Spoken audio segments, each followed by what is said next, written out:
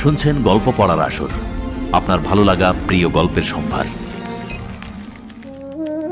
আজ শুনবেন পথের পাঁচালী এর দ্বিতীয় পর্ব।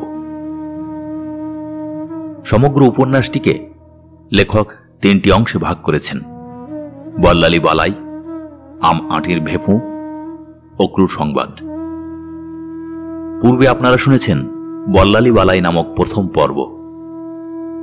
আজ দ্বিতীয় পর্বে আম আঁটির ভেপু এর প্রথম পর্ব। আম আঁটির ভেপু। ইন্দির ঠাকুরনের মৃত্যুর পর 4-5 বছর কাটিয়া গিয়াছে। মাঘ মাসের শেষ, শীত বেশ আছে। দুই পাশে ঝোপে ঝোপে ঘেরা সরু মাটির পথ বাইয়া নিশ্চিন্দিপুরের কয়েকজন লোক সরস্বতী পূজার বৈকালে গ্রামের বাহিরের মাঠে নীলকণ্ঠ পাখি দেখিতে যাইতেছিল। দলের একজন বলিল, ওহে হরি, ভূষ্ণ গোয়ালার দরুন কলা বাগানটা তোমরা কি ফের জমা দিয়েছ নাকি? যাহাকে উদ্দেশ্য করিয়া বলা হইল তাহাকে দেখিলে 10 বছর পূর্বে সে হরিহর রায় বলিয়া মনে হয় না। এখন যে মধ্যবয়সী পুরাদস্তুর সংসারী ছেলে মেয়েদের বাপ হরিহর খাজনা সাদিয়া গ্রামে ঘুরে পৈতৃক আমলের শিষ্য সেবকের ঘরগুলি সন্ধান করিয়া বসিয়া গুরুগিরি চালায়, হাটে মাঠে জমির ঘরামের সঙ্গে ঝিঙ্গে পটলের দরদস্তুর করিয়া ঘুরে, তাহার সঙ্গে আগেকার সে অবাধগতি মুক্ত প্রাণ ভবঘুরিয়ে যুবক হরিহরের কোনো মিল নাই। ক্রমে ক্রমে পশ্চিমের সে জীবন অনেক দূরের হইয়া গিয়াছে। সেই চুনার দুর্গের চওড়া প্রাচীরে বসিয়া দূর পাহাড়ের সূর্যাস্ত দেখা, কেদারের পথে তেজপাতার বনে রাত কাটানো, শাহ কাশেম সুলেমানের দরগার বাগান হইতে টক কমলা লেবু ছিনিয়া খাওয়া, গলিত রৌপ্যধারার মতো স্বচ্ছ উজ্জ্বল হিম শীতল স্বর্গ নদী অলকানন্দা, দশাশ্বমেধ ঘাটের জলের ধারের রানা একটু একটু মনে পড়ে, যেন অনেকদিন আগেকার দেখা স্বপ্ন। হরিহর সায় সূচক কিছু বলিতে গিয়া পিছন ফিরিয়া বলিল, ছেলেটা আবার কোথায় গেল? ও খোকা, খোকা! পথের বাঁকের আড়াল হইতে একটি 6-7 বছরের ফুটফুটে সুন্দর ছিপছিপে চেহারা ছেলে ছুটি আসিয়া দলের নাগাল ধরিল। হরিহর বলিল, আবার পিছিয়ে পড়লে এরই মধ্যে, নাও এগিয়ে চলো। ছেলেটা বলিল, বনের মধ্যে কি গেল বাবা, বড় বড় কান? হরিহর প্রশ্নের দিকে কোনো মনোযোগ না দিয়া নবীন পালিতের সঙ্গে মৎস্য শিকারের পরামর্শ আটিতে লাগিল। হরিহরের ছেলে পুনরায় আগ্রহের সুরে বলিল, কি দৌড়ে গেল বাবা বনের মধ্যে, বড় বড় কান? হরিহর বলিল, কি জানি বাবা, তোমার কথার উত্তর দিতে আমি আর পারিনি। সেই বেরিয়ে অবধি শুরু করেছে এটা কি ওটা কি, কি গেল বনের মধ্যে তা কি আমি দেখেছি? নাও এগিয়ে চলো দেখি। বালক বাবার কথায় আগে আগে চলিল। নবীন পালিত বলিল, বরং এক কাজ করো হরি, মাছ যদি ধরতে হয় তবে বয়সার বিলে একদিন চলো যাওয়া যায়। পুব পাড়ার নেপাল পাড়ুই বাস দিচ্ছে, রোজ 1.5 মণ 2 মণ এরকম পড়ছে, পাশের নিচে মাছ নেই। শুনলাম একদিন শেষ রাত্রির নাকি বিলের একেবারে মধ্যিখানে অথই জলে সাঁ সাঁ করে, ঠিক যেন বকনা বাছুরের ডাক, বুঝলে? সকলে একসঙ্গে আগাইয়া আসিয়া নবীন পালিতের মুখের দিকে চাহিয়া রহিল। অনেক কেলে পুরনো বিল, গহীন জল, দেখেছো তো মধ্যিখানে জল যেন কালো শিউ গোলা, পদ্ম গাছের জঙ্গল, কেউ বলে রাঘব বোয়াল, কেউ বলে যক্ষী। যতক্ষণ না বর্ষা হলো ততক্ষণ তো মশাই নৌকোর উপরে সকলে বসে ঠক ঠক করে কাঁপতে লাগলো। বেশ জমিয়ে আসিয়াছে। হঠাৎ হরিহরের ছেলেটি মহা উৎসাহে পাশের এক উলুখলের ঝোপের দিকে আঙ্গুল তুলিয়া চিৎকার করিতে করিতে ছুটিয়া গেল। ওই যাচ্ছে বাবা, দেখো দেখো, ওই গেল, বড় বড় কান, ওই! তাহার বাবা পিছন হইতে ডাক দিয়া বলিল, কাটা কাটা কাটা, ওরে! পরে তাড়াতাড়ি আসিয়া খপ করিয়া ছেলের হাতখানি ধরিয়া বলিল, আহ, বড্ড বিরক্ত করলে দেখছি তুমি। 100 বার বারণ করছি, তা তুমি কিছুতেই শুনবে না, ওই জন্যই তো আনতে যাচ্ছিলাম না। বালক উৎসাহে ও আগ্রহে উজ্জ্বল মুখ উঁচু করিয়া বাবার দিকে তুলিয়া জিজ্ঞাসা করিল, কি বাবা? হরিহর বলিল, কি তাকে আমি দেখেছি, শুয়োর টুয়োর হবে, নাও চলো, ঠিক রাস্তার মাঝখান দিয়ে হাঁটো। শুয়োর না বাবা, ছোট্ট যে। পরে সে নিচু হইয়া দৃষ্ট বস্তুর মাটি হইতে উচ্চতা দেখাইতে গেল। চলো চলো, হ্যাঁ আমি বুঝতে পেরেছি, আর দেখাতে হবে না, চলো দেখি। নবীন পালিত বলিল, ও হলো খরগোশ, খোকা খরগোশ, এখানে ঘরের জমে খরগোশ থাকে তাই। বালক বর্ণ পরিচয়ে ক্ষয়ে খরগোশের ছবি দেখিয়েছে, কিন্তু তাহা যে জীবন্ত অবস্থায় এরকম লাফাইয়া পালায় বা তাহা আবার সাধারণ চক্ষুতে দেখিতে পাওয়া যায়, এ কথা সে কখনো ভাবে নাই। খরগোশ জীবন্ত একবারে তোমার সামনে লাফাইয়া পালায়? ছবি না, কাচের পুতুল না, একবারে কান খাড়া সত্যিকারের খরগোশ। এরকম ভাট গাছ, বৈঁশি গাছের ঝোপে, জলমাটির তৈরি নশ্বর পৃথিবীতে এ ঘটনা কি করিয়া সম্ভব হইল, বালক তাহা কোনো মতেই ভাবিয়া ঠাহর করিতে পারিতেছিল না। সকলে বনে ঘেরা সরু পথ ছাড়াইয়া মাঠে পড়িল। নদীর ধারের বাবলা ও জিওল গাছের আড়ালে একটা বড় ইটের পাঁজার মতো জিনিস নজরে পড়ে। ওটা পুরনো কালের নীলকুঠির জালঘরের ভগ্নাবশেষ। সেকালে নীলকুঠির আমলেই এই নৃসিংদীপুর বেঙ্গল ইন্ডিগো কনসার্নের হেডকুঠি ছিল। এ অঞ্চলের 14টা কুঠির উপর নৃসিংদীপুর কুঠির ম্যানেজার জন লারমার দুর্দণ্ড প্রতাপে রাজত্ব করিত। এখন কুঠির ভাঙ্গা চৌবাচ্চা ঘর, জালঘর, সাহেবের কুঠি, আপিস, জঙ্গলাকীর্ণ ইটের স্তূপে পরিণত হইয়াছে।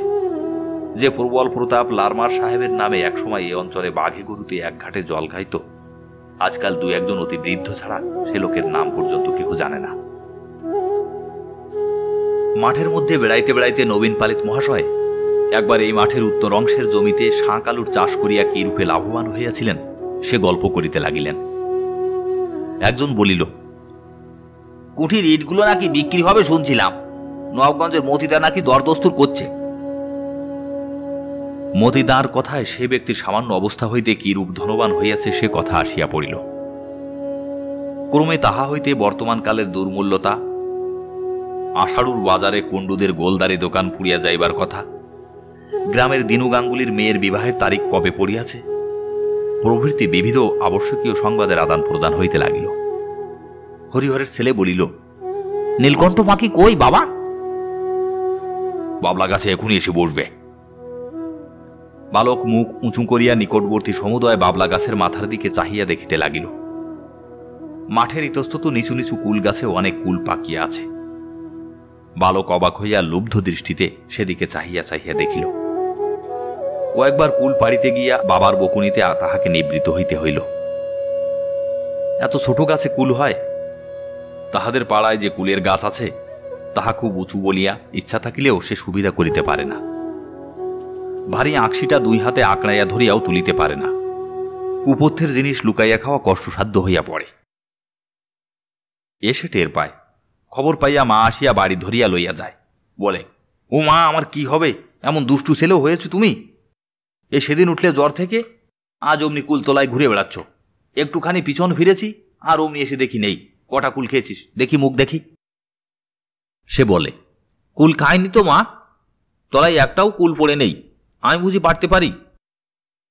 পরে সে টুকটুকে মুখটি মায়ের অত্যন্ত নিকটে লইয়া গিয়া হাঁ করে। তাহার মা ভালো করিয়া দেখিয়া পুত্রের ননির মতো গন্ধ বাহির হওয়া সুন্দর মুখে চুমা খাইয়া বলে, কখনো খেও না যেন খোকা, তোমার শরীর সেরে উঠুক, আমি কুল কুড়িয়ে আচার করে হাঁড়িতে তুলে রেখে দেব। তাই বৈশাখ জ্যৈষ্ঠী মাসে খেও, লুকিয়ে লুকিয়ে কখনো আর খেও না, কেমন তো? হরিহর বলিল, কুঠি কুঠি বলছিলে, ওই দেখো খোকা, সাহেবদের কুঠি দেখেছ? নদীর ধারের অনেকটা জুড়িয়া সেকালের কুঠিটা যেখানে প্রাগৈতিহাসিক যুগের অতিকায় হিংস্র জন্তুর কঙ্কালের মতো পড়িয়াছিল, গতিশীল কালের প্রতীক নির্জন শীতের অপরাহ্নে তাহার উপর অল্পে অল্পে তাহার ধূসর উত্তরচ্ছদ বিশিষ্ট আস্তরণ বিস্তার করিল। কুঠির হাতার কিছু দূরে কুটিয়াল লারমার সাহেবের এক শিশুপুত্রের সমাধি পরিত্যক্ত ও জঙ্গলাকীর্ণ অবস্থায় পড়িয়া আছে। বেঙ্গল ইন্ডিগো কনসার্নের বিশাল হেডকুঠির এইটুকু ছাড়া অন্য কোনো চিহ্ন আর অখণ্ড অবস্থায় মাটির উপর দাঁড়াইয়া নাই। নিকটে গেলে অনেক কালের কালো পাথরের ফলকে এখনো পড়া যায়, here lies Edwin Larmar, the only son of John and Mrs Larmar, born May 13, 1853, died April 27, 1860। অন্য অন্য গাছপালার মধ্যে একটি বন্য সোদাল গাছ তাহার উপর শাখাপত্রের ছায়া বিস্তার করিয়া বাড়িয়া উঠিয়াছে। চৈত্র বৈশাখ মাসে 2.5 বাকির মোহনা হইতে প্রবাহমান জোর হাওয়ায় তাহার পীত পুষ্পস্তবক সারা দিনরাত ধরিয়া বিস্তৃত বিদেশি শিশুর ভগ্ন সমাধির উপর রাশি রাশি পুষ্প ঝরাইয়া দেয়। সকলে ভুলিয়া গেলেও বনের গাছপালা শিশুটিকে এখনো ভুলে নাই। বালক অবাক হইয়া চারিদিকে চাহিয়া চাহিয়া দেখিতেছিল। তাহার 6 বছরের জীবনে এই প্রথম সে বাড়ি হইতে এত দূরে আসিয়াছে।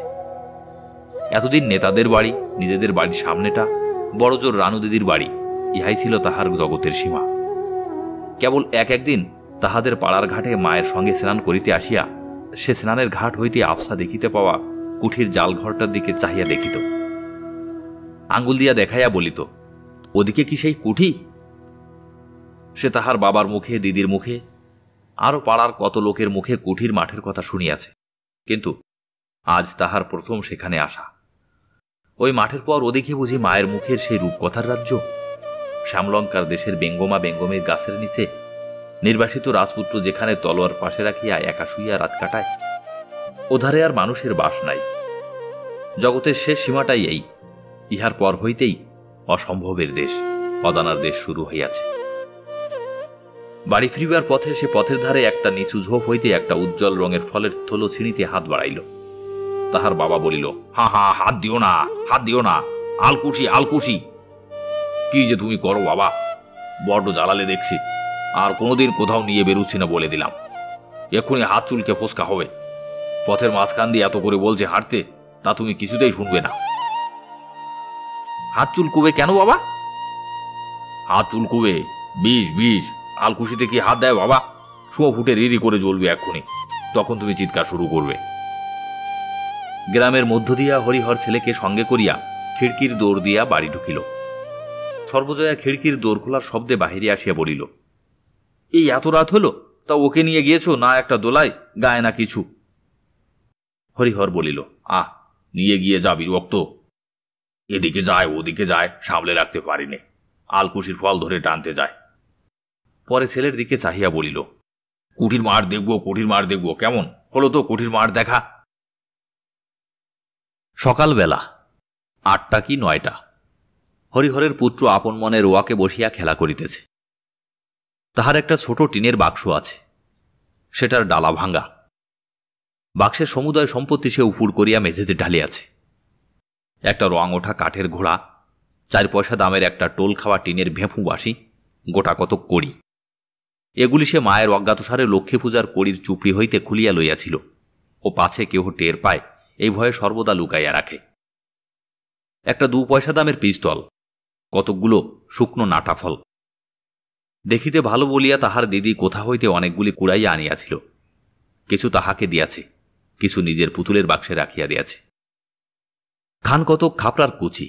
গঙ্গা যমুনা খেলিতে এই খাপড়াগুলির লক্ষ্য অব্যর্থ বলিয়া বিশ্বাস হওয়ায় সে এগুলি সযত্নে বাক্সে রাখিয়া দিয়াছে। এগুলি তাহার মহামূল্যবান সম্পত্তি। এতগুলি জিনিসের মধ্যে সে সবে টিনের বাঁশিটা কয়েকবার বাজাইয়া সেটির সম্বন্ধে বিগত কৌতূহল হইয়া তাহাকে একপাশে রাখিয়া দিয়াছে। কাঠের ঘোড়া নাড়াচাড়া করা হইয়া গিয়াছে, সেটিও একপাশে পিঁজরাপলের আসামের ন্যায় পড়িয়া আছে। বর্তমানে সে গঙ্গা যমুনা খেলিবার খাপড়াগুলিকে হাতে লইয়া মনে মনে দাওয়ার উপর গঙ্গা যমুনার ঘর আঁকা কল্পনা করিয়া চোখ বুজিয়া খাপড়া ছুঁড়িয়া দেখিতেছে তাক ঠিক হইতেছে কিনা। এমন সময়ে তাহার দিদি দুর্গা উঠানের কাঁঠালতলা হইতে ডাকিল, অপু, ও অপু। সে এতক্ষণ বাড়ি ছিল না, কোথা হইতে এইমাত্র আসিল। তাহার স্বর একটু সতর্কতা মিশ্রিত। মানুষের গলার আওয়াজ পাইয়া অপু কলের পুতুলের মতো লক্ষ্মীর চুপড়ির কড়িগুলি তাড়াতাড়ি লুকাইয়া ফেলিল। পরে বলিল, কিরে দিদি? দুর্গা হাত নাড়িয়া ডাকিল, আয় আয় এদিকে শোন। দুর্গার বয়স 10-11 বছর হইল। গড়ন পাতলা পাতলা, রং অপুর মতো অতটা ফর্সা নয়, একটু চাপা, হাতে কাচের চুড়ি, পরনে ময়লা কাপড়, মাথার রুক্ষ চুল বাতাসে উড়িতেছে। মুখের গড়ন মন্দ নয়, অপুর মতো চোখগুলি বেশ ডাগর ডাগর। অপু রোয়াক হইতে নামিয়া কাছে গেল, বলিল, কিরে? দুর্গার হাতে একটা নারকেলের মালা। সে সেটা নিচু করিয়া দেখাইল, কতগুলি কচি আম কাটা। সুর নিচু করিয়া বলিল, মা ঘাট থেকে আসেনি তো? অপু ঘাড় নাড়িয়া বলিল, হুম। দুর্গা চুপি চুপি বলিল, একটু তেল আর একটু নুন নিয়ে আসতে পারিস? আমের কুচি জারাবো। অপু আহ্লাদের সহিত বলিয়া উঠিল, কোথায় ফেলি রে দিদি? দুর্গা বলিল, পটলিদের বাগানে সিন্দুর কৌটো তলায় পড়েছিল, আনদিকে একটু নুন আর তেল। অপু দিদির দিকে চাহিয়া বলিল, তেলের ভাঁড় ছুলে মা মারবে যে, আমার কাপড় যে বাসি। তুই যা না শিগগির করে, মা আর আসতে এখনো ঢের দেরি, খার কাছতে গিয়েছে, শিগগির যা। অপু বলিল, নারকেলের মালাটা আমায় দে, ওতে ঢেলে নিয়ে আসবো, তুই খিড়কি দৌড়ে গিয়ে দেখ মা আসছে কিনা। দুর্গা নিম্ন স্বরে বলিল, তেল টেল যেন মেঝেতে ঢালিস নে, সাবধানে নিবি, নইলে মা টের পাবে, তুই তো একটা হাবা ছেলে।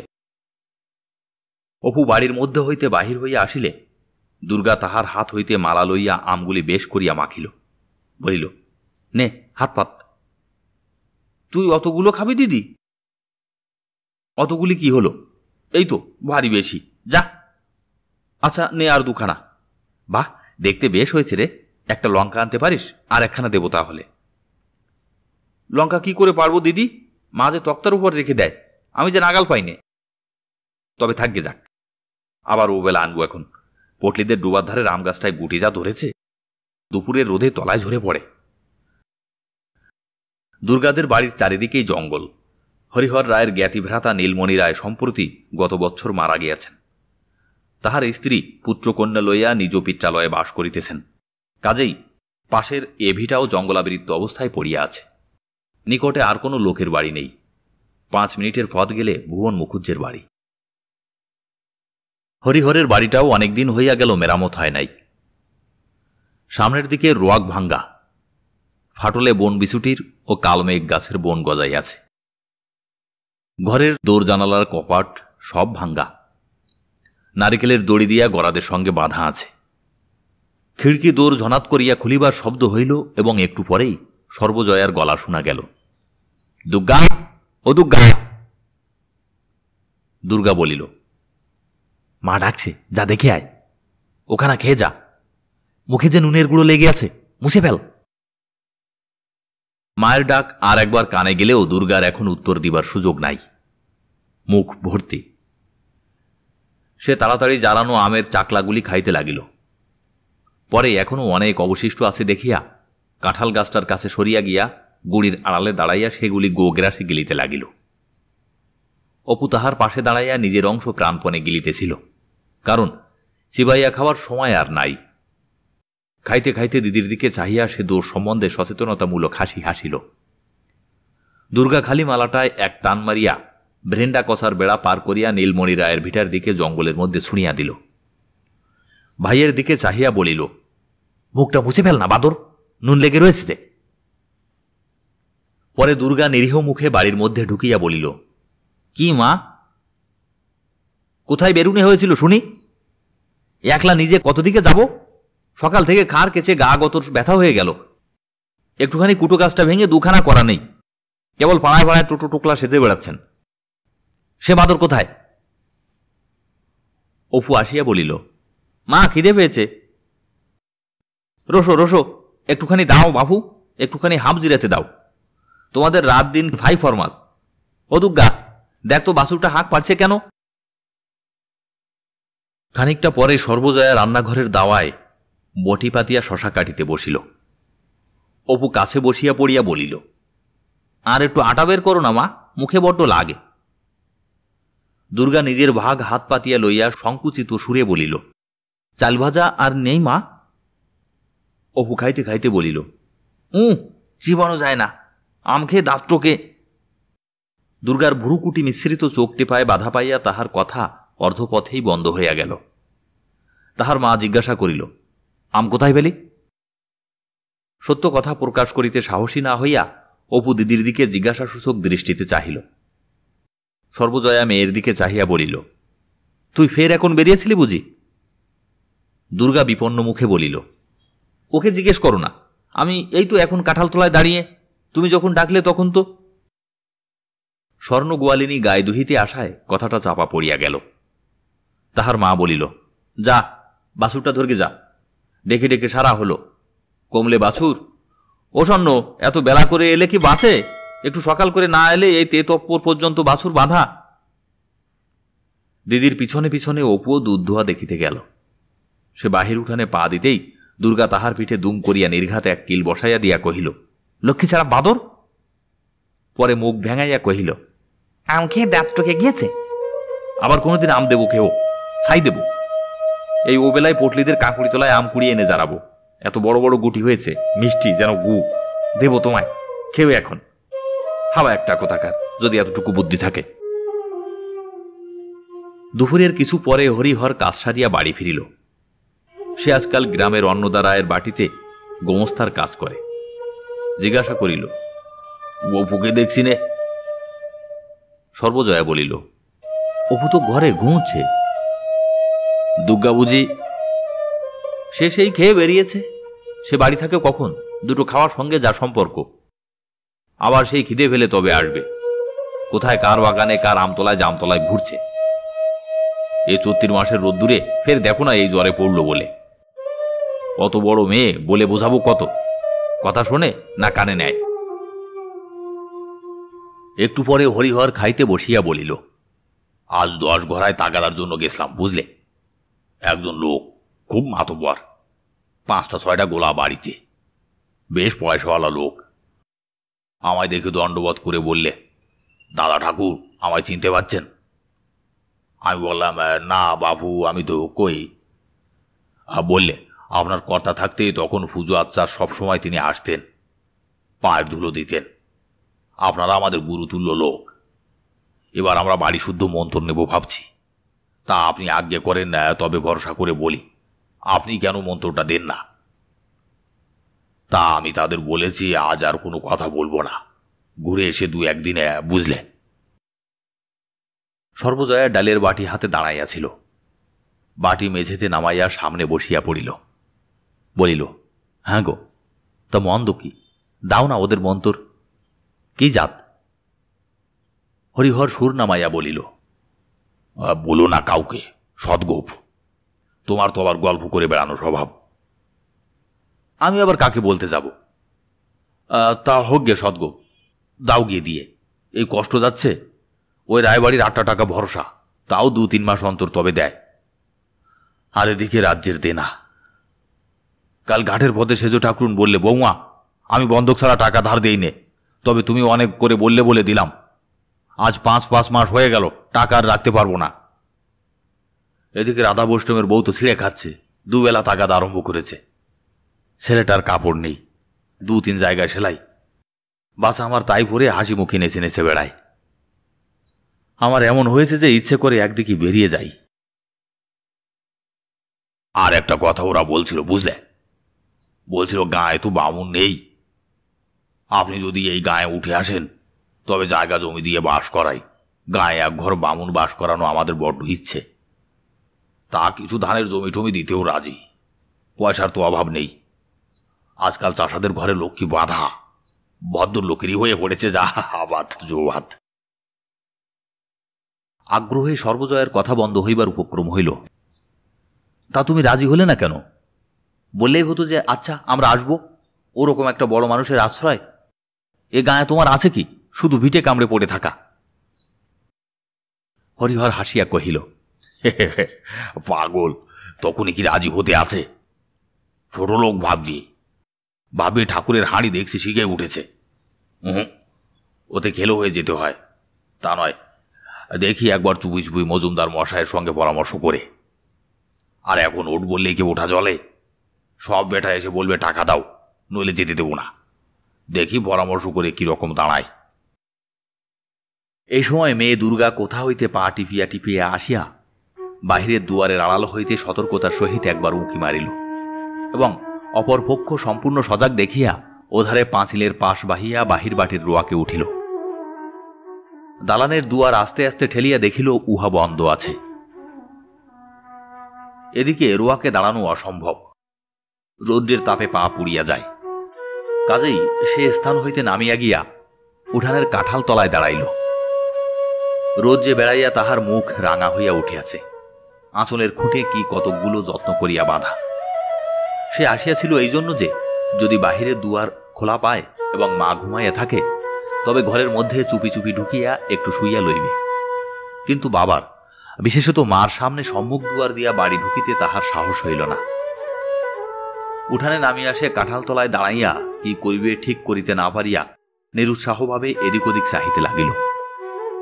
পরে সেখানেই বসিয়া পড়িয়া আঁচলের খুঁট খুলিয়া কতকগুলি শুকনো রড়া ফলের বিচি বাহির করিল। খানিকক্ষণ চাহিয়া থাকিয়া সে আপন মনে সেগুলি গুনিতে আরম্ভ করিল। 1, 2, 3, 26টা হইল।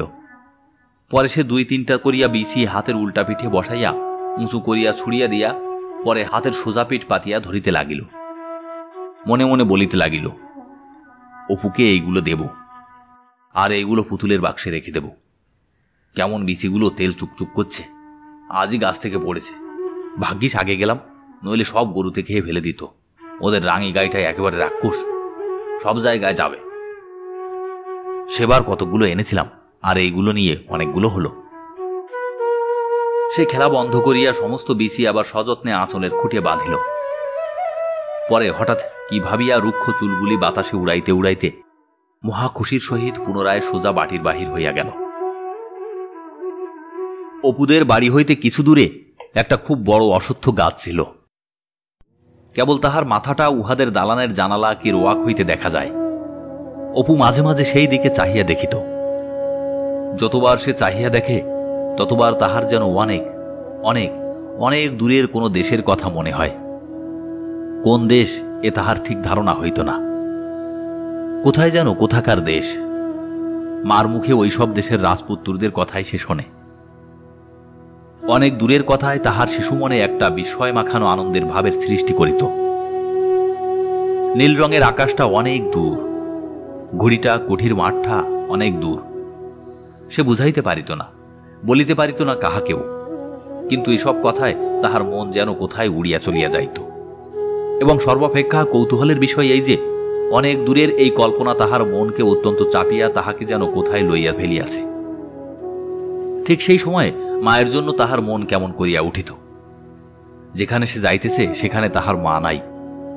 অমনি মায়ের কাছে যাইবার জন্য মন আকুল হইয়া পড়িত। কতবার যে এরকম হইয়াছে।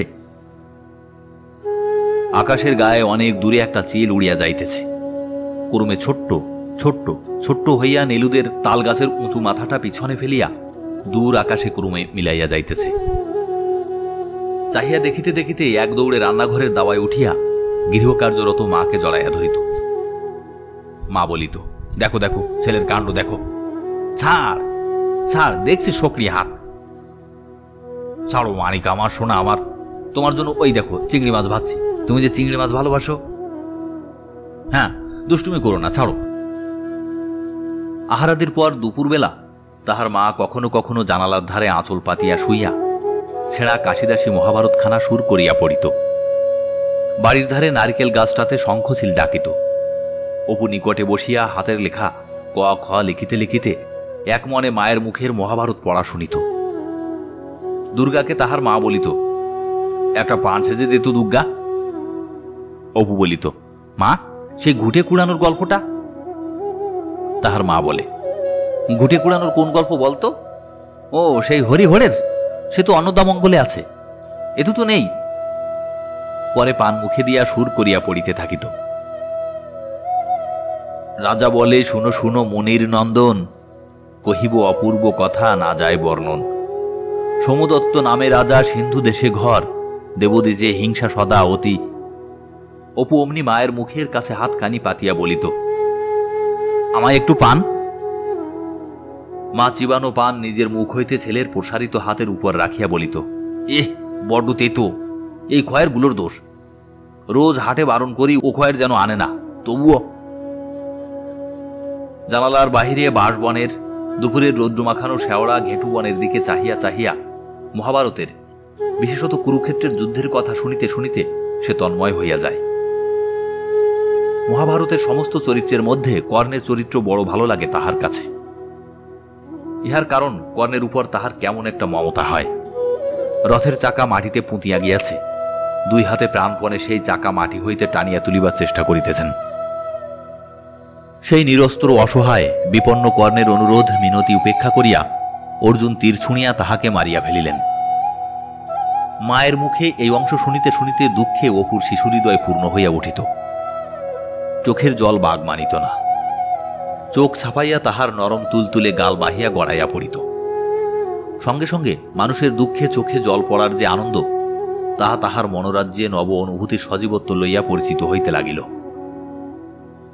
জীবনপথের যে দিক মানুষের চোখের জলে, দীনতায়, মৃত্যুতে, আশাহত ব্যর্থতায়, বেদনায় করুণ, পুরনো বইখানার ছেঁড়া পাতার ভরপুর গন্ধে, মায়ের মুখের মিষ্ট সুরে, রৌদ্রভরা দুপুরের মায়া অঙ্গুলি নির্দেশে তাহার শিশুদৃষ্টি অস্পষ্টভাবে সে পথের সন্ধান পাইত।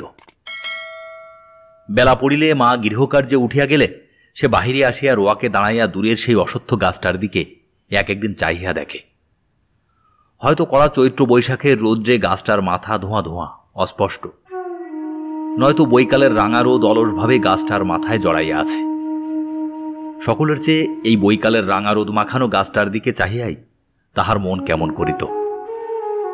কর্ণ যেন ওই অসত্য গাছটার ওপারে আকাশের তলে অনেক দূরে কোথায় কখনো মাটি হইতে রথের চাকা দুই হাতে প্রাণপণে টানিয়া তুলিতেছে। রোজই তোলে, রোজই তোলে মহাবীর।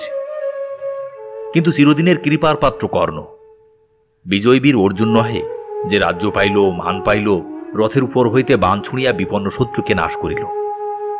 বিজয়ী কর্ণ যে মানুষের চিরকালের চোখের জলে জাগিয়া রহিল, মানুষের বেদনায় অনুভূতিতে সহচর হইয়া বিরাজ করিল, সে একদিন মহাভারতের যুদ্ধের কাহিনী শুনিতে শুনিতে তাহার মনে হয় যুদ্ধ জিনিসটা মহাভারতে বড় কম লেখা আছে। ইহার অভাব পূর্ণ করিবার জন্য এবং আশ মিটাইয়া যুদ্ধ জিনিসটা উপভোগ করিবার জন্য সে এক উপায় বাহির করিয়াছে। একটা বাঘারি কিংবা হালকা কোনো গাছের ডালকে অস্ত্রস্বরূপ হাতে লইয়া সে বাড়ির পিছনে বাঁশবাগানের পথে অথবা বাহিরের উঠানে ঘুরিয়া বেড়ায় ও আপন মনে বলে। তারপর দুরন্ত একবারে 10 বাণ ছুড়লেন। অর্জুন করলেন কি, একেবারে 200টা বাণ দিলেন মেরে। তারপর ও সে কি যুদ্ধ, কি যুদ্ধ! বাণের চোটে চারিদিক অন্ধকার হয়ে গেল। এখানে সে মনে মনে যতগুলি বাণ হইলে তাহার আশা মেটে তাহার কল্পনা করে, যদিও তাহার কল্পনার ধারা মারমুখ কাশিদাসী মহাভারতে বর্ণিত যুদ্ধের প্রণালী সম্বন্ধে যাহা শোনা আছে তাহা অতিক্রম করে না। তারপর তো অর্জুন করলেন কি, ঢাল তলোয়ার নিয়ে রথ থেকে লাফিয়ে পড়লেন। পরে এই যুদ্ধ। দুর্যোধন এলেন, ভীম এলেন, বানে বানে আকাশ অন্ধকার করে ফেলেছে, কিন্তু আর কিছু দেখা গেল না। মহাভারতের রথিগণ মাত্র 18 দিবর যুদ্ধ করিয়া নাম কিনিয়া গিয়াছেন, কিন্তু রক্তমাংসের দেহে জীবন্ত থাকিলে তাহারা বুঝিতে পারিতেন যশলাভের পথ ক্রমশই কিরূপ দুর্গম হইয়া পড়িতেছে। বালকের আকাঙ্ক্ষা নিবৃত্তি করিতে তাহারা মাসের পর মাস সমানভাবে অস্ত্র চালনা করিতে পারিতেন কি?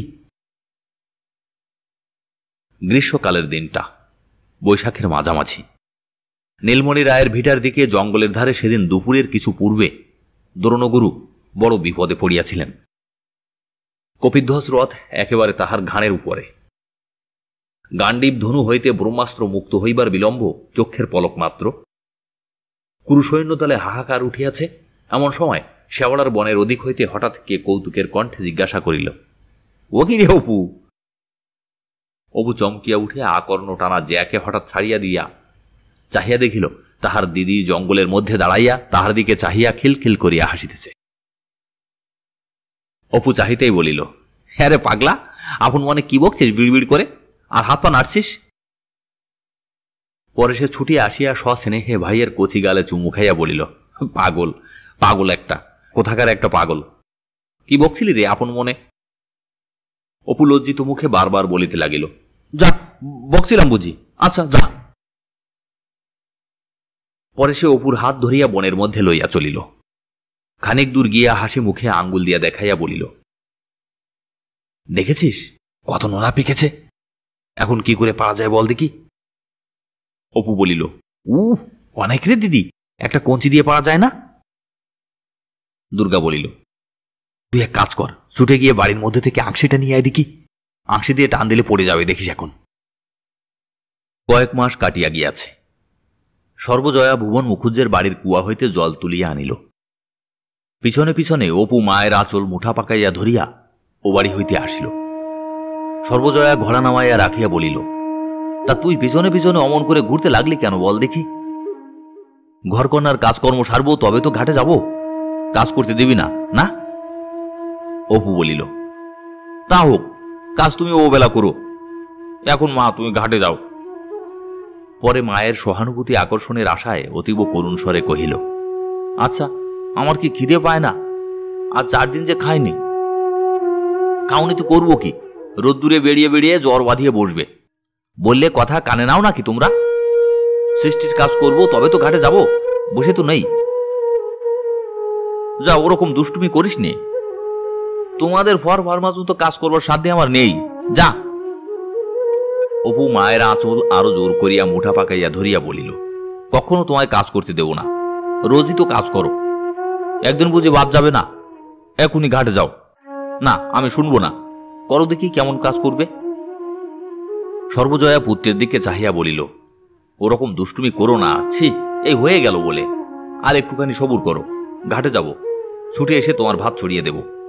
দুষ্টুমি করে কি? ছাড়ো আচল, কখানা পলতার বড়া খাবি বল দেখি। ঘণ্টাখানেক পর অপু মহা উৎসাহের সহিত খাইতে বসিল।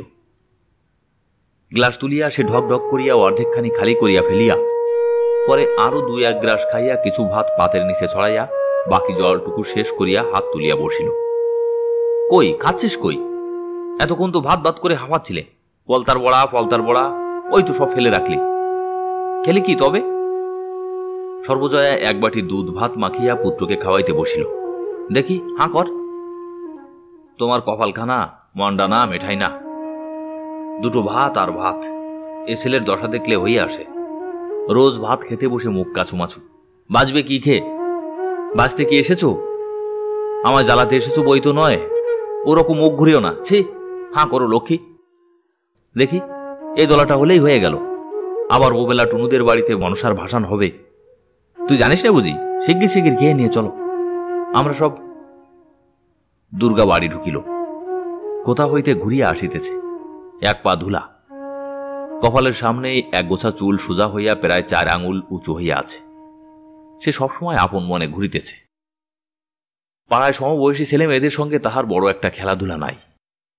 কোথায় কোন ঝোপে বইঁচি পাকিল, কাদের বাগানে কোন গাছটায় আমের গুটি বাঁধিয়াছে, কোন বাঁশতলায় শেয়াকুল খাইতে মিষ্ট, এসব তাহার নখদর্পণে। পথে চলিতে চলিতে সে সর্বদা পথের 2 পাশে সতর্ক দৃষ্টিতে চাহিয়া দেখিতে দেখিতে চলিয়াছে। কোথাও কাঁচ পোকা বসিয়া আছে কিনা, যদি কোথাও কণ্টিকারী গাছের পাকা ফল দেখিতে পাইল, ততক্ষণাৎ খেলাঘরের বেগুন করিবার জন্য তাহা তুলিতে বসিয়া যাইবে। হয়তো পথে কোথাও বসিয়া সে নানা রকমের খাপড়া লইয়া ছুড়িয়া পরীক্ষা করিয়া দেখিতেছে গঙ্গা যমুনা খেলায় কোনখানায় ভালো তাক হয়। পরীক্ষায় যেখানা ভালো বলিয়া প্রমাণিত হইবে সেখানা সযত্নে আঁচলে বাঁধিয়া লইবে। সর্বদাই সে পুতুলের বাক্স ও খেলাঘরের সরঞ্জাম লইয়া মহাব্যস্ত। সে ঢুকিয়া অপরাধীর দৃষ্টিতে মায়ের দিকে চাহিল। সর্বজয়া বলিল, এলে, এসো, ভাত তৈরি, খেয়ে আমায় উদ্ধার করো। তারপর আবার কোন দিকে বেরুতে হবে বেরো। বৈশাখ মাসের দিন সকলের মেয়ে দেখো গে যাও, সেজুতি করছে, শিব পুজো করছে। আর অত বড় ধাড়ি মেয়ে দিন রাত কেবল টোটো। সেই সকাল হতে না হতে বেরিয়েছে, আর এখন এই বেলা দুপুর ঘুরে গিয়েছে, এখন এলো বাড়ি। মাথাটা ছিঁড়ি দেখো না, না একটু তেল দেওয়া, না একটু চিরুনি ছোয়ানো। কে বলবে বাউনের মেয়ে? ঠিক যেন দুলে কি বাগদিদের কেউ। বিয়েও হবে ওই দুলে বাগদিদের বাড়িতেই। আসলে ওগুলো কি ধন্দৌলত বাধা, খোল। দুর্গা ভয়ে ভয়ে আঁচলের খুঁট খুলিতে খুলিতে কহিল, ওই রায় কাকাদের বাড়ির সামনে কাল কুসুন্দে গাছে। পরে ঢোক গিলিয়া কহিল, এই অনেক বেনেবউ, তাই। বেনেবউয়ের কথায় হৃদয় গলে নাই এমন পাষাণ জীবও জগতেও অনেক আছে। সর্বজয়া তেলে বেগুনে জ্বলিয়া কহিল, তোর বেনেবউর না নিকুচি করেছে, যত সাই আর ভস্য রাত দিন বেঁধে নিয়ে ঘুরছেন। আজ টান মেরে তোমার পুতুলের বাক্স ওই বাঁশতলা ডোবায় যদি না ফেলি। সর্বজয়ার কথা শেষ হইবার পূর্বেই এক ব্যাপার ঘটিল। আগে আগে ভুবন মুখুজ্জের বাড়ির সেজ ঠাকুরুন, পিছনে পিছনে তাহার মেয়ে টুনু ও দেওয়ারের ছেলে সতু, তাহাদের পিছনে আর 4-5টি ছেলে মেয়ে সম্মুখ দরজা দিয়া বাড়ি ঢুকিল। সেজ ঠাকুরুন কোনো দিকে না চাহিয়া বাড়ির কাহার সহিত কোনো আলাপ না করিয়া সোজা হন হন করিয়া ভেতরের দিকে রোয়াকে উঠিলেন। নিজের ছেলের দিকে ফিরিয়া কহিলেন, কই নিয়ে আয়, বের কর পুতুলের বাক্স দেখি। এবাড়ির কেহ কোনো কথা বলিবার পূর্বেই টুনু ও সতু দুজনে মিলিয়া দুর্গার টিনের পুতুলের বাক্সটা ঘর হইতে বাহির করিয়া আনিয়া রোয়াকে নামাইল এবং টুনু বাক্স খুলিয়া খানিকটা খুঁজিবার পর 1 ছড়া পুতির মালা বাহির করিয়া বলিল, এই দেখো মা, আমার সেই মালাটা সেদিন যে সেই খেলতে গিয়েছিল সেদিন চুরি করে এনেছে। সতু বাক্সের 1 কোণ সন্ধান করিয়া গোটা কতক আমের গুটি বাহির করিয়া বলিল, এই দেখো জেঠিমা, আমাদের সোনামুখী গাছের আম পেড়ে এনেছে। ব্যাপারটা এত হঠাৎ হইয়া গেল বা ইহাদের গতিবিধি এবারে সকলের কাছে এত রহস্যময় মনে হইল যে এতক্ষণ কাহারও মুখ দিয়া কোনো কথা বাহির হয় নাই। এতক্ষণ পরে সর্বজয়া কথা খুঁজিয়া পাইয়া বলিল, কি কি খুড়িমা, কি হয়েছে? পরে সে রান্নাঘরের দাওয়া হইতে ব্যগ্রভাবে উঠিয়া আসিল। এই দেখো না কি হয়েছে, কীর্তিখানা দেখো না একবার। তোমার মেয়ে সেদিন খেলতে গিয়ে টুনুর পুতুলের বাক্স থেকে এই পুতির মালা চুরি করে নিয়ে এসেছে। মেয়ে কদিন থেকে খুঁজে খুঁজে হয়রান, তারপর সতু গিয়ে বললে যে তোর পুতির মালা দুর্গাদির বাক্সের মধ্যে দেখে এলাম। দেখো একবার কাণ্ড, তোমার ও মেয়ে কম নাকি? চোর, চোরের বেহদ্দ চোর। আর ওই দেখো না, বাগানের আমগুলো গুটি পড়তে দেরি হয় না, চুরি করে নিয়ে এসে বাক্সে লুকিয়ে রেখেছে। যুগপথ দুই চুরির অতর্কিততায় আড়ষ্ট হইয়া দুর্গা পাঁচিলের গায়ে ঠেস দিয়া দাঁড়াইয়া ঘামিতেছিল। সর্বজয়া জিজ্ঞাসা করিল, এনেছিস এই মালা ওদের বাড়ি থেকে? দুর্গা কথার উত্তর দিতে না দিতে সেজবউ বলিলেন, না আনলে কি আর মিথ্যে করে বলছি নাকি? বলি এই আম কটা দেখো না, সোনামুখীর আম চেনো না নাকি? এও কি মিথ্যে কথা? সর্বজয়া অপ্রতিভ হইয়া বলিল, না সেজকুড়ি, আপনার মিথ্যে কথা তা তো বলিনি, আমি ওকে জিজ্ঞেস করছি। জিজ্ঞেস করো আর যা করো বাবু, ও মেয়ে সোজা মেয়ে হবে না আমি বলে দিচ্ছি। এই বয়সে যখন চুরি বিদ্যে ধরেছে তখন এরপর যা হবে সে টেরিফ হবে। চলে সতু, নে আমের গুটিগুলো বেঁধে নে। বাগানের আমগুলো লক্ষ্মী ছাড়ার চুরির জ্বালায় যদি চোখে দেখবার জো আছে। টুনু, মালা নিয়েছিস তো? সর্বজয়ার কি জানি কেমন একটু রাগ হইল। ঝগড়াতে সে কিছু পিছু হটিবার পাত্র নয়। বলিল, পুতির মালার কথা জানি না সেজকুড়ি, কিন্তু আমের গুটিগুলো সেগুলো পড়েছে কি তলা থেকে কুড়িয়ে এনেছে, তার গায়ে তো নাম লেখা নেই সেজকুড়ি। আর ছেলে মানুষ যদি ধরো এনেই থাকে। সেজ ঠাকুরুন অগ্নিমূর্তি হইয়া বলিলেন, বলি কথাগুলো বেশ তো কেটে কেটে বলছো। বলি আমের গুটিতে নাম লেখা না হয় নেই, তোমাদের কোন বাগান থেকে এগুলো এসে বলতে পারো? বলি টাকাগুলোতেও তো নাম লেখা ছিল না, তা তো হাত পেতে নিতে পেরেছিলে। আজ 1 বছরের উপর হয়ে গেল। আজ দেবো কাল দেবো, আসবো এখন ও বেলা, টাকা দিয়ে দিও, ও আর আমি রাখতে পারবো না। টাকার জোগাড় করে রেখো বলে দিচ্ছি। দলবল সহ সেজে ঠাকুরুন দরজার বাহির হইয়া গেলেন। সর্বজয়া শুনিতে পাইল পথে কাহার কথার উত্তরে তিনি বেশ উচ্চ কণ্ঠেই বলিতেছেন, ওই এ বাড়ির শুনিটা টুনুর বাক্স থেকে এই পুতির মালা ছড়াটা চুরি করে নিয়ে গিয়ে করেছে কি নিজের বাক্সে লুকিয়ে রেখেছে। আর দেখো না এই আমগুলো, পাশেই বাগান, যত ইচ্ছে পারলেই হলো। তাই বলতে গেলাম, তা আমায় আবার কেটে কেটে বলছে। এখানে সেজবউ সর্বজয়ের কথা বলিবার ভঙ্গি নকল করিলেন। তাই এনেছে ছেলে মানুষ, ও রকমে নেই থাকে। ওতে কি তোমাদের নাম লেখা আছে নাকি? সুর নিচু করিয়া, মায় কি কম চোর নাকি? মেয়ের শিক্ষে কি আর অমনি হয়েছে? বাড়ি শুদ্ধ সব চোর। অপমানে দুঃখে সর্বজয়ের চোখে জল আসিল।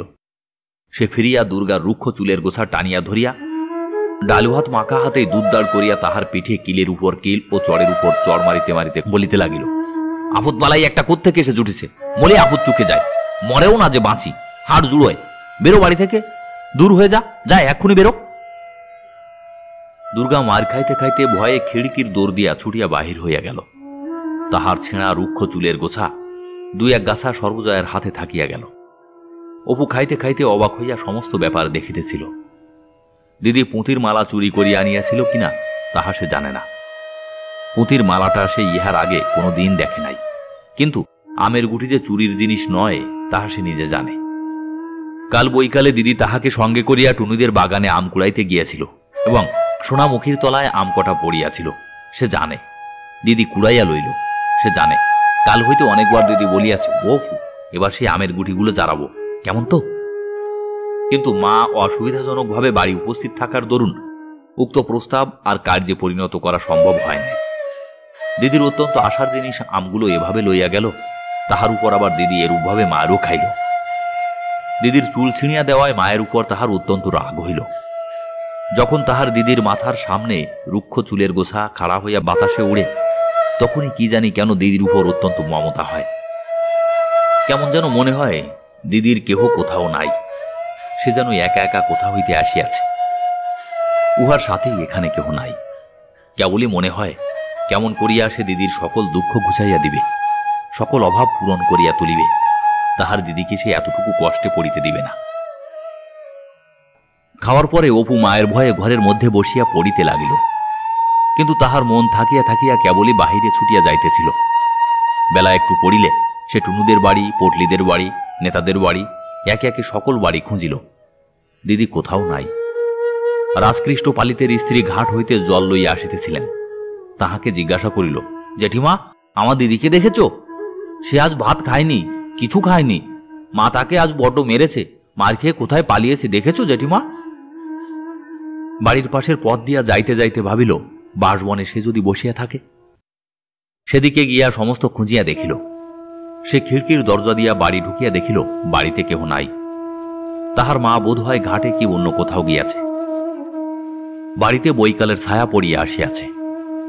সম্মুখের দরজার কাছে যে বাঁশঝাড় ঝুঁকিয়া পড়িয়াছে, তাহার একগাছা ঝুলিয়া পড়া শুকনো কঞ্চিতে তাহার পরিচিত সেই লেজঝোলা হলদে পাখিটা আসিয়া বসিয়াছে। রোজই সন্ধ্যার কিছু পূর্বে সে কোথা হইতে আসিয়া এই বাঁশঝাড়ের কঞ্চিখানার উপর বসে রোজ। আরো কত কি পাখি চারিদিকের বনে কিচকিচ করিতেছে। নীলমণি রায়দের পোড়োভিটা গাছপালার ঘন ছায়ায় ভরিয়া গিয়াছে। অপু রুয়াকে দাঁড়াইয়া দূরের সেই অসত্য গাছটার মাথার দিকটায় চাহিয়া দেখিল। একটু একটু রাঙা রোদ গাছের মাথায় এখনো মাখানো। মগডালে একটা কি সাদা মতো দুলিতেছে। হয় বক, নয় কাহারও ঘুড়ি ছিঁড়িয়া আটকাইয়া ঝুলিতেছে। সমস্ত আকাশ জুড়িয়া যেন ছায়া আর অন্ধকার নামিয়া আসিতেছে। চারিদিক নির্জন, কেহ কোনো দিকে নাই। নীলমণি রায়ের পোড়ো ভিটায় কচুঝাড়ের কালো ঘন সবুজ নতুন পাতা চকচক করিতেছে। তাহার মন হঠাৎ হু হু করিয়া উঠিল। কতক্ষণ হইল সেই গিয়েছে, বাড়ি আসে নাই। কোথায় গেল দিদি? ভুবন মুখুজ্জের বাড়ির ছেলে মেয়েরা মিলিয়া উঠানে ছুটাছুটি করিয়া লুকোচুরি খেলিতেছে। রানু তাহাকে দেখিয়া ছুটিয়া আসিল। ভাই, অপু এসেছে, ও আমাদের দিকে হবে। আরে অপু! অপু তাহার হাত ছড়াইয়া লইয়া জিজ্ঞাসা করিল, আমি খেলবো না রানুদি? দিদিকে দেখেছ? রানু জিজ্ঞাসা করিল, দুর্গা? না, তাকে তো দেখিনি। বকুলতলায় নেই তো? বকুলতলার কথা তাহার মনেই হয় নাই। সেখানে দুর্গা প্রায়ই থাকে বটে। ভুবন মুখুজ্জের বাড়ি হইতে সে বকুলতলায় গেল। সন্ধ্যা হইয়া আসিয়াছে। বকুল গাছটা অনেক দূর পর্যন্ত জুড়িয়া ডালপালা ছড়াইয়া ঝুপসি হইয়া দাঁড়াইয়া আছে। তলাটা অন্ধকার, কেহ কোথাও নাই। যদি কোনো দিকে গাছপালার আড়ালে থাকে। সে ডাক দিল, দিদি, ও দিদি, দিদি! অন্ধকার গাছটায় কেবল কতকগুলো বক পাখা ঝটফট করিতেছে মাত্র। অপু ভয়ে ভয়ে উপরের দিকে চাহিয়া দেখিল। বকুলতলা হইতে একটু দূরে ডোবার ধারে খেজুর গাছ আছে। এখন ডাসা খেজুরের সময়। সেখানে তাহার দিদি মাঝে মাঝে থাকে বটে, কিন্তু অন্ধকার হইয়া গিয়াছে। ডোবাটার দুই ধারে বাঁশবন। সেখানে যাইয়া দেখিতে তাহার সাহস হইল না। বকুল গাছের গুড়ির কাছে সরিয়া গিয়া সে দুই একবার চিৎকার করিয়া ডাকিল। ভাট শ্যামড়ার বনে কি জন্তু তাহার গলার সাড়া পাইয়া খসখস শব্দ করিয়া ডোবার দিকে পালাইল। বাড়ির পথে ফিরিতে ফিরিতে হঠাৎ সে থমকিয়া দাঁড়াইল। সামনে সেই গাব গাছটা। একা সন্ধ্যার পর এ গাব গাছের তলার পথ দিয়া যাওয়া সর্বনাশ। গায়ে কাঁটা দিয়া ওঠে। কেন যে তাহার এই গাছটার নিচে দিয়ে যাইতে ভয় করে তাহা সে জানে না। কোনো কারণ নাই, এমনি ভয় করে, এবং কারণ কিছু নাই বলিয়া ভয় অত্যন্ত বেশি করে। এত দেরি পর্যন্ত সে কোনোদিন বাড়ির বাহিরে থাকে নাই। আজ তাহার খেয়াল হইল না। মন ব্যস্ত ও অন্যমনস্ক না থাকিলে সে কখনোই এ পথে আসিত না। অপু খানিকক্ষণ অন্ধকার গাবতলাটার দিকে চাহিয়া দাঁড়াইয়া থাকিয়া ফিরিল। তাহাদের বাড়ি যাইবার আর একটা পথ আছে। একটুখানি ঘুরিয়া পটলিদের বাড়ির উঠান দিয়া গেলে গাবতলাটার এ অজানা বিভীষিকার হাত হইতে নিষ্কৃতি পাওয়া যায়। পটলির ঠাকুরমা সন্ধ্যার সময় বাড়ির রুয়াকে ছেলে পেলেদের লইয়া হাওয়ায় বসিয়া গল্প করিতেছেন। পটলির মা রান্নাঘরে রাঁধিতেছেন। উঠানের মাচাতলায় বিধু জেলেনি দাঁড়াইয়া মাছ বিক্রয়ের পয়সা তাগাদা করিতেছে। অপু বলিল, দিদিকে খুঁজতে গিয়েছিলাম ঠাকমা, বকুলতলা থেকে আসতে আসতে। ঠাকুরমা বলিলেন, দুর্গা? দুর্গা এই তো বাড়ি গেল, এই কতক্ষণ যাচ্ছে। তুই ছুটে যা দেখি, বোধ হয় এখনো বাড়ি গিয়ে পৌঁছায়নি। সে এক দৌড়ে বাড়ির দিকে ছুটিল। পিছন হইতে পটলির বোন রাজি চেঁচাইয়া বলিল, কাল সকালে আসিস অপু, আমরা গঙ্গা যমুনা খেলার নতুন ঘর কেটেছি। ঢেকশালের পিছনে নিমতলায় দুর্গাকে বলিস। তাহাদের বাড়ির কাছে আসিয়া পৌঁছিয়া হঠাৎ সে থমকিয়া দাঁড়াইয়া গেল। দুর্গা আর্তস্বরে চিৎকার করিতে করিতে বাড়ির দরজা দিয়া দৌড়াইয়া বাহির হইতেছে। পিছনে পিছনে তাহার মা কি একটা হাতে মারিতে মারিতে তাড়া করিয়া ছুটিয়া আসিয়াছে। দুর্গা গাবতলার পথ দিয়া ছুটিয়া পলাইল। মা দরজা হইতে ধাববান মেয়ের পিছনে চেঁচাইয়া বলিল, যাও, বেরো, একবারে জন্মের মতো যাও, আর কখনো বাড়ি যেন ঢুকতে না হয়।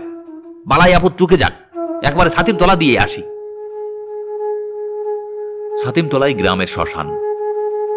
অপুর সমস্ত শরীর যেন জমিয়া পাথরের মতো আড়ষ্ট ও ভারী হইয়া গেল।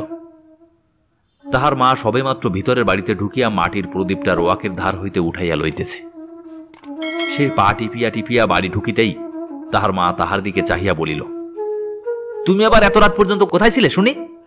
মোটে তো আজ ভাত খেয়েছ। তাহার মনে নানা প্রশ্ন জাগিতেছিল। দিদি আমার মার খাইল কেন? সে এতক্ষণ কোথায় ছিল? দুপুরবেলা দিদি কি খাইল? সে কি আবার কোনো জিনিস চুরি করিয়া আনিয়াছে?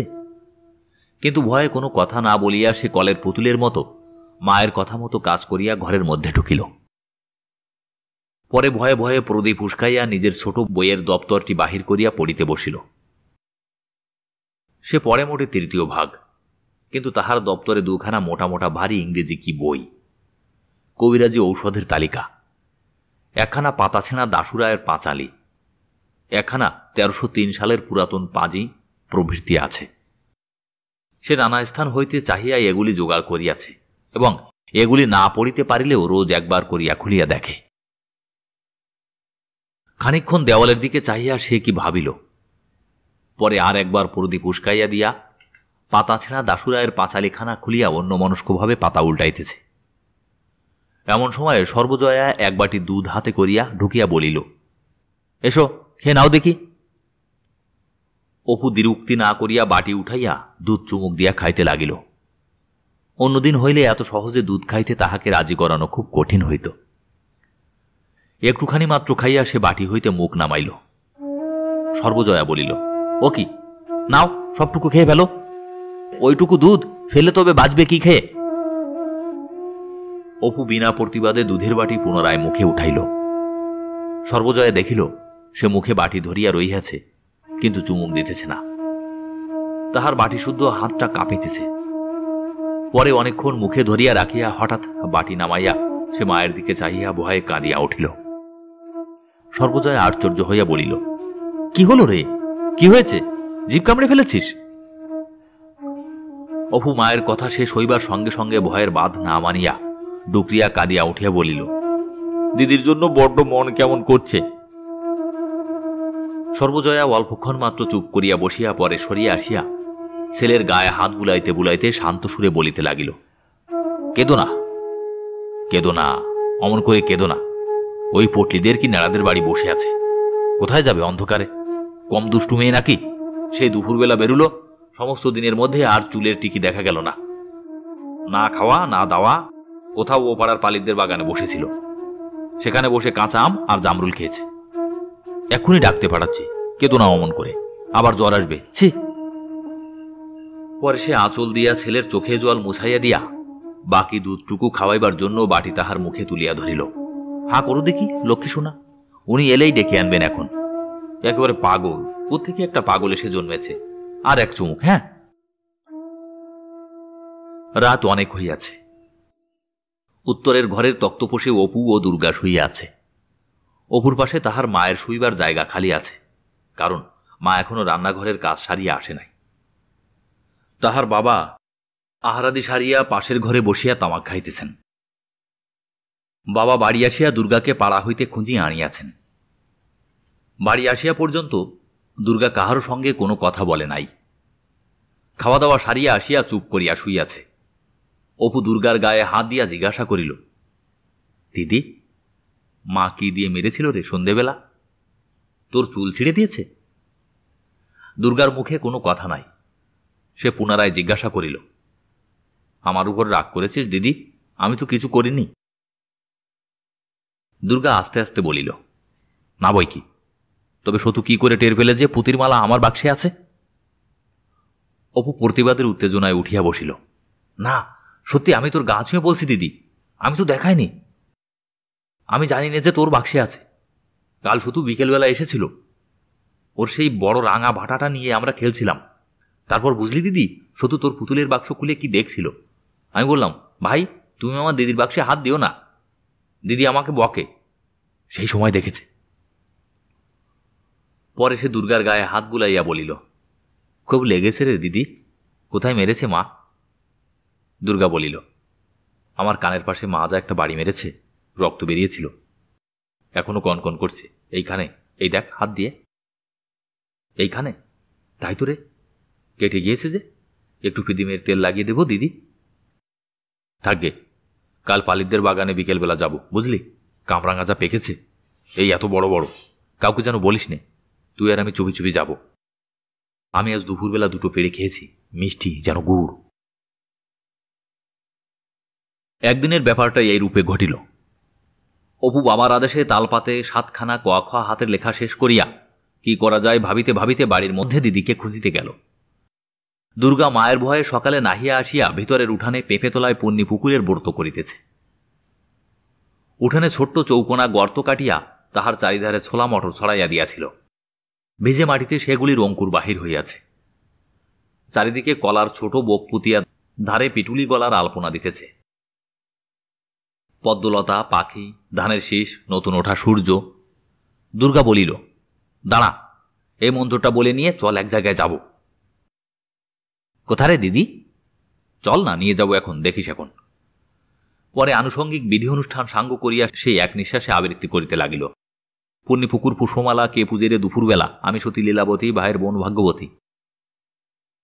অপু দাঁড়াইয়া শুনিতেছিল, বিদ্রুপের ভঙ্গিতে হাসিয়া বলিল, ই। দুর্গা ছড়া থামাইয়া ঈষৎ লজ্জা মিশানো হাসির সঙ্গে বলিল, তুই ওরকম করছিস কেন? যা এখান থেকে, তোর এখানে কি, যা। অপু হাসিয়া চলিয়া গেল। যাইতে যাইতে আবৃত্তি করিতে লাগিল, আমি সতী লীলাবতী, ভাই বোন ভাগ্যবতী, হিহি, ভাই বোন ভাগ্যবতী, হিহি। দুর্গা বলিল, তোমার বড় ইয়ে হয়েছে না, মাকে বলে তোমার ভ্যাংসন বার করব এখন। ব্রতানুষ্ঠান শেষ করিয়া দুর্গা বলিল, চল, গড়ের পুকুরে অনেক পানফল হয়ে আছে, মোদার মা বলছিল, চল নিয়ে আসি। গ্রামের একেবারে উত্তরাংশে চারিধারে বাঁশবন ও আগাছা এবং প্রাচীন আম কাঁঠালের বাগানের ভিতর দিয়া পথ। লোকালয় হইতে অনেক দূরে গভীর বন যেখানে শেষ হইয়াছে, সেখানে মাঠের ধারে মজা পুকুরটা। কোনো কালে গ্রামের আদিবাসিন্দা মজুমদারদের বাড়ির চতুর্দিকে যে গড় খাইছিল, তাহার অন্য অংশ এখন ভরাট হইয়া গিয়াছে। কেবল এইখানটাতে 12 মাস জল থাকে, ইহারই নাম গড়ের পুকুর। মজুমদারদের বাড়ির কোনো চিহ্ন এখন নাই। সেখানে পৌঁছিয়া তাহারা দেখিল, পুকুরে পানফল অনেক আছে বটে, কিন্তু কিনারার ধারে বিশেষ কিছু নাই, সবই জল হইতে দূরে। দুর্গা বলিল, অপু, একটা বাঁশের কঞ্চি দেখ তো খুঁজে, তাই দিয়ে টেনে আনবো। পরে সে পুকুর ধারের ঝোপের শেওড়া গাছ হইতে পাকা শেওড়ার ফল তুলিয়া খাইতে লাগিল। অপু বনের মধ্যে কঞ্চি খুঁজিতে খুঁজিতে দেখিতে পাইয়া বলিল, ও দিদি, ও ফল খাসনি? দূর, আর শেওড়ার ফল কি খায় রে? ও তো পাখিতে খায়। দুর্গা পাকা ফল টিপিয়া বীজ বাহির করিতে করিতে বলিল, আয় দেখি, দেখ দেখি খেয়ে, মিষ্টি যেন গুড়। কে বলেছে খায় না? আমি তো খেয়েছি। অপু কঞ্চি কুড়ানো রাখিয়া দিদির কাছে আসিয়া বলিল, খেলে যে বলে পাগল হয়, আমায় একটা দিয়ে দেখি দিদি। পরে সে খাইয়া মুখ একটু কাঁচুমাচু করিয়া বলল, একটু একটু তেতু যে দিদি। তাই একটু তেতু থাকবে না? তা থাক, কেমন মিষ্টি বল দেখি। কথা শেষ করিয়া দুর্গা খুব খুশির সহিত গোটাকতক পাকা ফল মুখের মধ্যে পুরিল। জন্মিয়া পর্যন্ত ইহারা কখনো কোনো ভালো জিনিস খাইতে পায় নাই, অথচ পৃথিবীতে ইহারা নূতন আসিয়াছে। জিহ্বা ইহাদের নূতন, তাহা পৃথিবীর নানা রস, বিশেষত মিষ্ট রস আস্বাদ করিবার জন্য লালায়িত। সন্দেশ মিঠাই কিনিয়া যে পরিতৃপ্তি লাভ করিবার সুযোগ ইহাদের ঘটে না। বিশ্বের অনন্ত সম্পদের মধ্যে তুচ্ছ বনগাছ হইতে মিষ্ট ফল আহরণরত এসব লুব্ধ দরিদ্র ঘরের বালক বালিকাদের জন্য তাই করুণাময়ী বনদেবীরা বনের তুচ্ছ ফুল ফল মিষ্টি মধুতে ভরাইয়া রাখেন।